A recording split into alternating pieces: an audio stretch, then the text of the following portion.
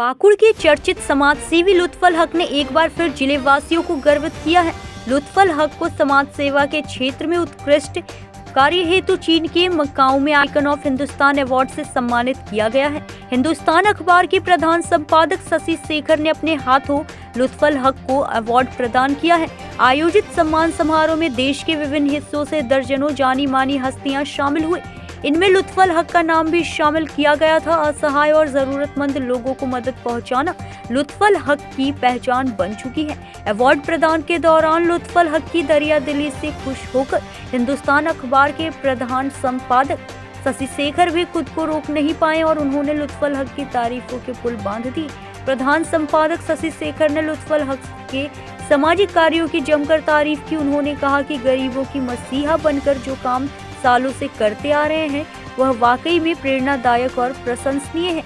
जिस वक्त corona virus के कहर से पूरा देश खौफ में था, लोग सिर्फ अपनी जान बचाने के लिए ही सोचने पर मजबूर हो गए थे। लुत्फुल हक ने लोगों की मदद के लिए दोनों हाथ खोल दिए। जिनके घर के चूल्हे रोजाना मेहनत मजदूरी से जलते थे, उन गरीब मजदूरों के परिवारों के सामने संकट आन पड़ी थी। उस दौरान लुत्फुल हक जैसे समाज सेवी ने गरीबों के घर राशन पहुंचाया।